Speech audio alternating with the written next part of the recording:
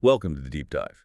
Today we're cracking open a really fascinating source, Dr. Emily Jamea's book, Anatomy of Desire. It's got these 5 secrets to create connection and, cultivate passion. Exactly. And our mission today is, well, to take her insights, the research she cites, those client stories, and really distill what makes passion thrive, especially in long-term relationships. Right. We want to move beyond just, good enough. How do you get to that extraordinary connection and desire she talks about? So we're starting with the foundation today. Dr. Jamea lays out these 5 key secrets, and the first 2 we're diving into are sensuality and curiosity. Okay, sensuality and curiosity. Yeah, she argues they aren't just like nice extras, they're fundamental, really foundational for igniting passion and keeping it going. Okay, let's unpack that first one then. Yeah. Sensuality.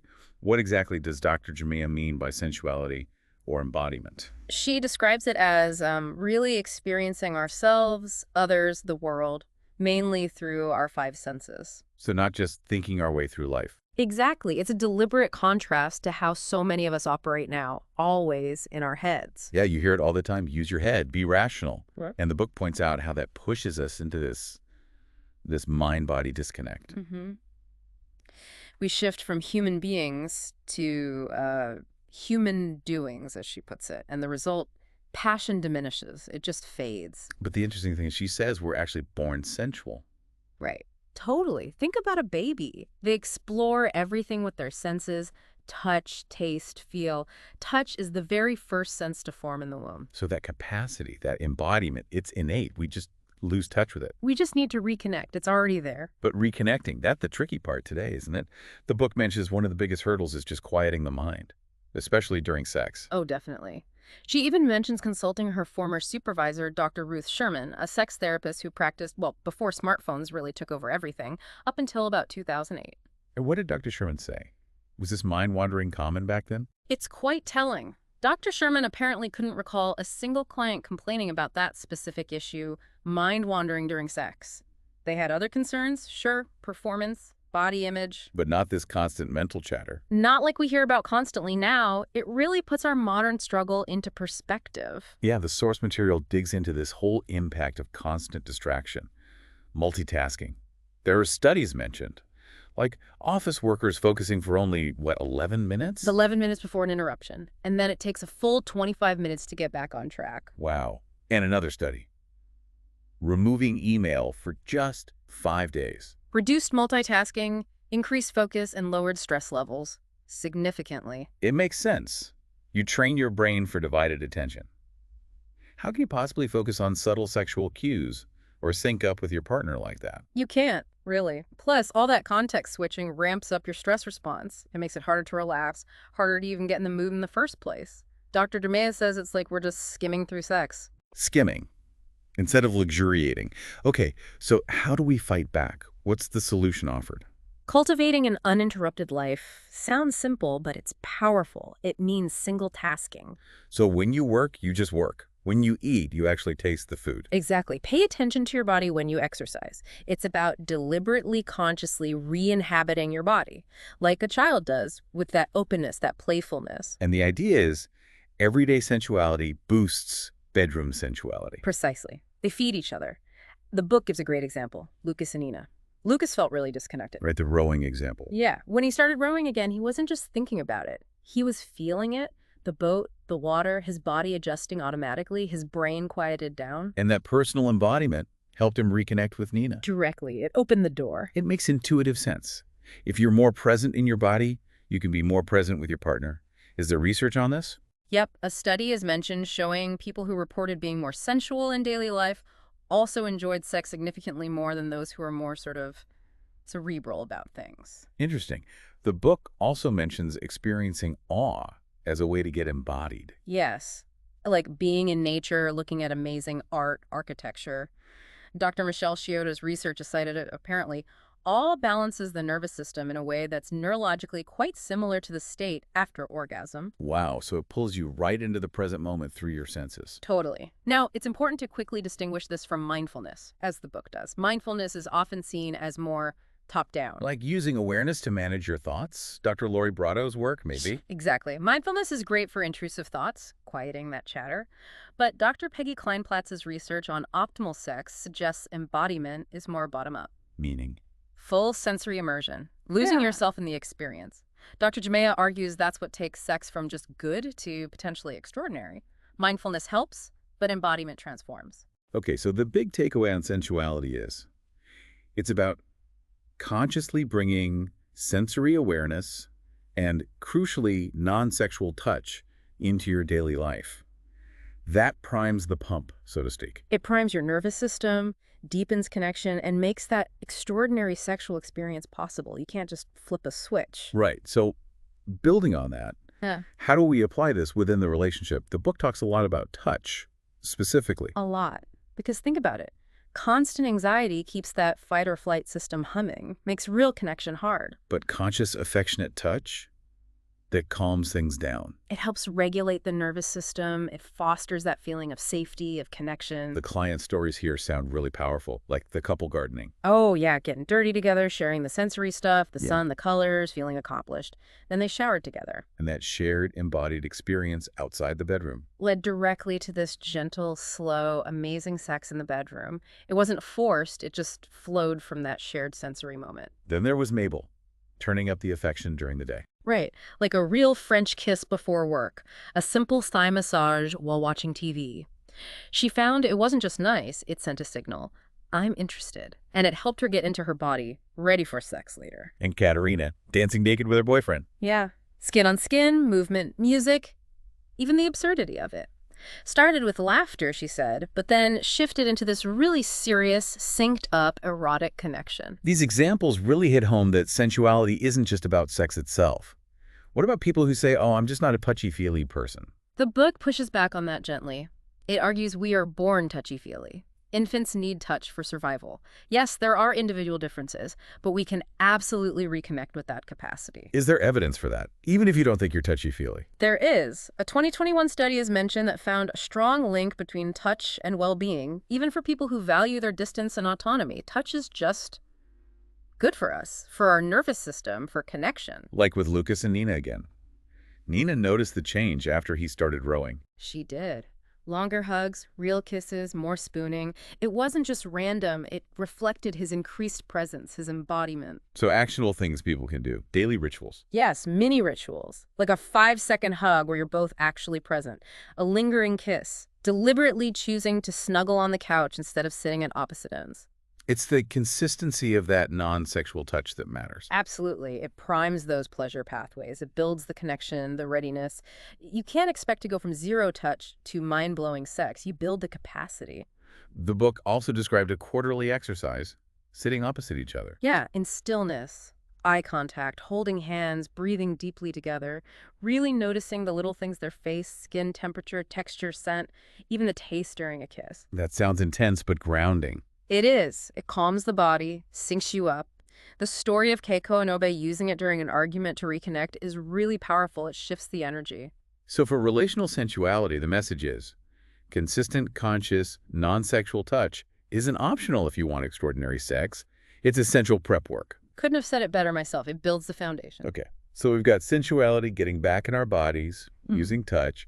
Now, Dr. Jamea says the next key is curiosity, opening our minds. Exactly. An open, exploring mind. She argues it's crucial for enlivening not just your erotic life, but your whole relationship passion. And this is another thing we're born with, right? Like sensuality. Absolutely. Babies are incredibly curious. The book mentions a 4-year-old asking maybe 300 questions a day. 300, compared to a middle schooler asking. Maybe 2. It's a stark drop. It suggests it's something we kind of unlearn culturally. So why does curiosity matter so much here? Well, it's fundamentally adaptive, linked to survival, motivation, exploring. It helps us tolerate distress, leads to wisdom, happiness, better relationships, persistence. It fuels innovation. It keeps you feeling alive. And the link to sex. There's a direct correlation found. More everyday curiosity tends to go along with higher sexual satisfaction. Okay, this brings us to Richard and Naomi, the couple with a seemingly perfect life. Right. Doctor, stay-at-home mom, kids, nice vacations. But underneath, they'd become really disengaged, stagnant. And Richard's affair brought it all to a head. It did. He felt immense guilt, obviously, but also this undeniable exhilaration, novelty. Which the book links to, what? An adrenaline surge? Like the honeymoon phase? Yeah, and related to the Coolidge effect, that biological boost in desire when encountering a new potential partner. But the key point Dr. Jamea makes is that this novelty energy can potentially be channeled back into the primary relationship. It doesn't have to lead outwards. What was going on with them? Why had things gotten so flat? Well, their life, while successful, had become very predictable, maybe too simple. The book touches on this idea of happiness-based versus meaning-based marriages. They might have fallen into expecting easy happiness, which eventually just felt boring. And Richard hadn't explored much sexually before, and Naomi felt her world had shrunk with motherhood. Exactly, which is common. Her sense of self narrowed. So how do you maintain curiosity as individuals and as a couple? Keep learning, I guess, about each other, about yourself. Yes. Don't fall into that trap. Esther Perel talks about reducing your partner to manageable otherness. Convenient maybe, but not exciting. So if your partner does something unexpected, get curious instead of protesting. Get curious about your reaction to it. Why does this bother me? What does it stir up in me? And the book strongly suggests pushing boundaries outside the bedroom, too. Like trying new restaurants, different vacations. Yeah. Richard and Naomi swapped their usual beach rental for a mountain trip. Or take a class, Naomi took up ceramics again, reconnecting with her own passion. Shaking things up generally often creates sparks specifically. Okay, so how does this curiosity translate directly to making sex more passionate? You bring that exploring mindset into the bedroom. Dr. Jamea calls sex a potential bouquet, emotional, psychological, relational, even spiritual elements combined. A bouquet, I like that. When you feel safe and trust each other, the bedroom is this incredible space to explore different parts of yourselves, your playful side, your dominant side, whatever feels authentic. And novelty itself is key for long-term satisfaction. The evidence supports that, yes, sexual novelty. But it needs mutual curiosity, that willingness to explore together. The sweet spot seems to be that mix of emotional security and spontaneity. The book mentions consensual non-monogamy briefly here. It does, as one path some explore for novelty. It clarifies it's not for everyone, debunks some myths, but also highlights the real challenges: jealousy, heartbreak. And crucially, it's not a fix for a broken relationship. It requires a very strong foundation. Right. Richard and Naomi chose a different path. They chose to explore their internal world's first thoughts, feelings about novelty. What really struck me was the link between anxiety and curiosity. Yeah. Two sides of the uncertainty coin. Exactly. As Stephen Kotler puts it, neurobiologically, they're related responses to the unknown. But curiosity is the response that opens doors. Anxiety slams them shut. So you can use curiosity as a skill to manage anxiety. Yes. By consciously choosing curiosity when you feel anxious about uncertainty, you learn to recognize those feelings without letting them take over. It's a powerful tool. It reminds me of that flow state idea again, the challenge skills ratio. Using curiosity to gently stretch your comfort zone. Precisely. In the relationship, in sex. Starting with small steps, baby steps. So the takeaway for curiosity. Yeah. Keep an open, exploring mindset towards yourself, your partner, your life together. Challenge assumptions, stay dynamic. It's about the willingness to learn and grow together and individually. That's what keeps things alive. Okay, sensuality, curiosity. What's secret number 3? Adaptability. This one's about resilience, the ability to grow from adversity and keep passion alive even when life throws curveballs. Because life does throw curveballs. Oh, absolutely. And good sex can be more than just an escape. It can be a space to heal and reconnect during those tough times. Adaptability makes that possible. And adaptability builds confidence and courage, which makes you more adaptable, a positive cycle. Exactly. Resilient people learn to control their responses rather than just reacting to events. This brings us to Shane and Sydney, the couple struggling after having kids. Yes, big struggle. Shane had performance anxiety, erection, ejaculation issues. Sydney had postpartum anxiety, couldn't relax, couldn't access desire. And the issue was they were trying to control things externally. Or control their own bodies, rather than looking inward at the emotions driving the problems, trying to force things. Because life gets messy. Loss, illness, betrayal, even just huge life changes like parenthood. The book stresses that handling these things is what builds resilience. Right. It adds depth. Social media often portrays this illusion of ease, but reality involves navigating difficulty, and that navigation can deepen passion. So what gets in the way of adaptability? Anxiety and fear again. They're the big ones. Natural emotions, yes, they signal danger, but if they're unprocessed, they just block us. Shane's anticipation of problems led him to avoid sex. Sydney's anxiety kept her hypervigilant, unable to surrender. You can't just will your body to relax or perform. Absolutely not. The book really emphasizes banishing performance from the bedroom. It's about connection, pleasure, exploration, not a show. So how do you find adaptability? How do you process setbacks effectively? It's not just gritting your teeth that what doesn't kill you makes you stronger idea. It's about allowing yourself to feel the complexity of emotions, using setbacks to reflect on your core values. Asking, like Susan David suggests, but what else is true? What can I learn? So Shane's erection issue wasn't just physical. It was a symptom pointing towards a deeper emotional need that wasn't being met or processed. The learning from our obstacles exercise helps with this kind of reflection. And this adaptability isn't just individual, right? There's relational integrity. Yes, the wholeness and strength of the relationship itself. Adversity tested Shane and Sydney's their sex life narrowed down to just focusing on his erection. But a healthy relationship, as Terence Real says, moves through harmony, disharmony, and back to repair. It requires teamwork, checking in on shared values. Using exercises like the relationship values one mentioned, and then there's personal integrity too. Meaning not relying on your partner to complete you? Exactly. That whole "you complete me" movie trope is lovely but unhealthy in reality. Showing up fragmented or overly dependent puts huge pressure on their relationship and hurts intimacy. Forgiveness also comes under adaptability. Yeah. Letting go of resentment. Crucial. And the book makes a key distinction. Forgiveness is internal, letting go of your own burden of hurt. Trust is different. It has to be earned back through behavior. And resentment is a major passion killer. Huge. Client examples like Miriam needing to forgive a financial betrayal or Quinn forgiving parental non-acceptance of their gender identity show how essential it is for reclaiming sexual connection and pleasure. It can feel like giving up power, though, forgiving. It can feel that way if you mistake anger for power, but holding on to resentment drains you. Forgiveness actually has health benefits, less anxiety, more optimism. It frees you up to adapt and move forward. But there are limits, like in abusive situations. Absolutely. The book is clear. Romantic love is conditional on safety and respect. In abusive dynamics, internal forgiveness, letting go of your own consuming resentment, might be the only healthy option, not reconciliation. The forgiveness to move forward ritual helps process and release that pain symbolically.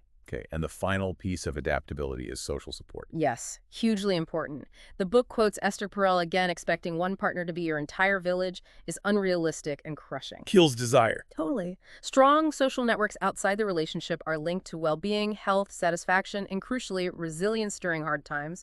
Nurturing those friendships, like Sydney valued her colleagues, is vital. Your social support system exercise helps map that out. So adaptability is about embracing the messiness, building resilience individually and together, learning to forgive, and having a strong support system. That's what allows passion to endure through life's challenges. Well put. It allows challenges to deepen connection, not destroy it. Okay, on to number 4, vulnerability. The book calls this maybe the most important element for great sex. Arguably, yes. It boils down to feeling safe enough to be truly seen, trusting your partner, secure attachment, essentially. And vulnerability is defined as Exploring those hidden or lost parts of yourself, connecting back to sensuality and curiosity, and then having the courage to actually share those parts with your partner. and our upbringing really shapes this. Deeply. It's also this delicate balance, sharing versus boundaries, pleasure versus happiness, surrender versus control. The case of Darius and Iman really illustrates this. Darius was so guarded. Incredibly quick to get defensive. His tough upbringing taught him to suppress emotion, to equate vulnerability with weakness. He was successful, yes, but emotionally walled off, which deeply impacted their intimacy. Iman craved that connection he couldn't easily give. And the book explains how childhood experiences, having feelings dismissed, being shamed for emotions, inconsistency make vulnerability feel unsafe in adult relationships. Exactly. Stories like Annika's, Kai's, Miranda's show that pattern. But the hopeful message is that adult relationships can be healing if the partner provides that safety. What about other barriers? Societal stuff. Oh, yeah. Men often struggle to admit needing intimacy. Women can struggle to assert their needs and desires, especially sexual ones. And then there's that universal inner critic whispering that we're not worthy or it's not safe. Which is where self-compassion comes in, Dr. Kristen Neff's work. Precisely. It's presented as key to quieting that inner critic and lowering our defenses with ourselves. It's not self-esteem, which is about evaluation. It's warmth, kindness, acknowledging shared humanity. Self-criticism triggers fight or flight. While self-compassion activates the caregiving system, that warmth, touch, soft voice part of our biology, it helps you find that healthy zone of vulnerability within yourself. The embracing self-compassion exercise helps practice this. Darius needed this, right? Moving from guardedness to self-attack. He did. Self-compassion was crucial for him to develop healthy emotional boundaries, and the benefits are well documented. Better well-being, motivation, happiness, self-worth, connection. Okay, so that's internal. How do you create vulnerability in the relationship? The book talks about the honeymoon phase masking issues. Right. The intense neurochemicals can cover up underlying intimacy problems. When that fades, real intimacy or the lack of it shows up. People with deep intimacy issues might shut down then, or even jump to a new relationship for that initial intensity distraction. Darius and Iman's breakthrough. That was powerful when he shared his childhood. Yeah. His loneliness, his longing, his fear.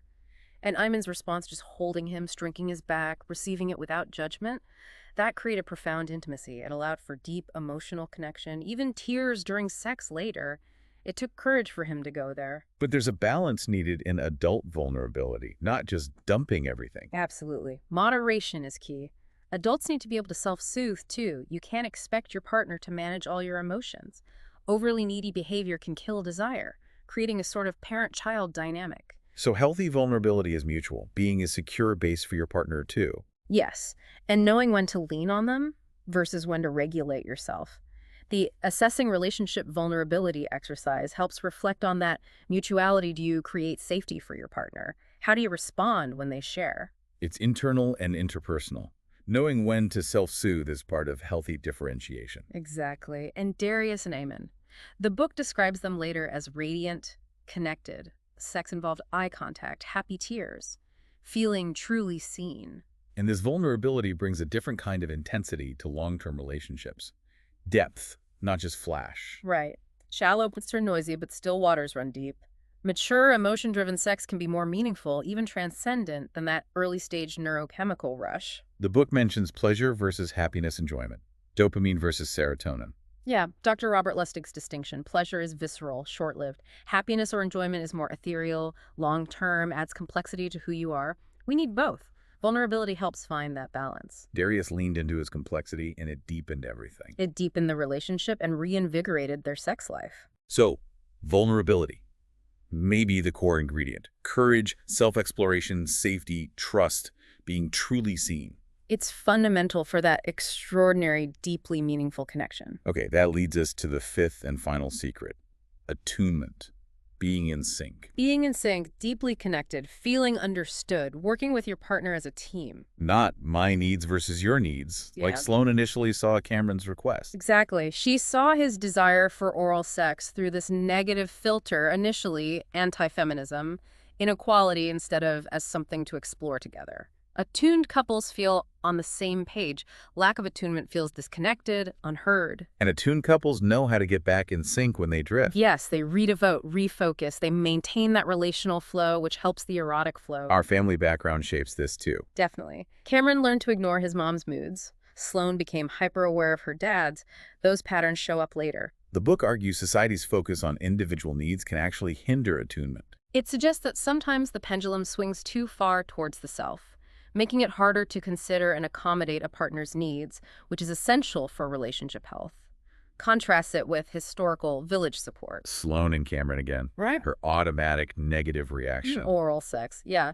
Linked partly to assumptions maybe picked up from porn or societal narratives, Dr. Jamea helped her challenge that automatic reactive thinking. Which points to the first step, self-attunement.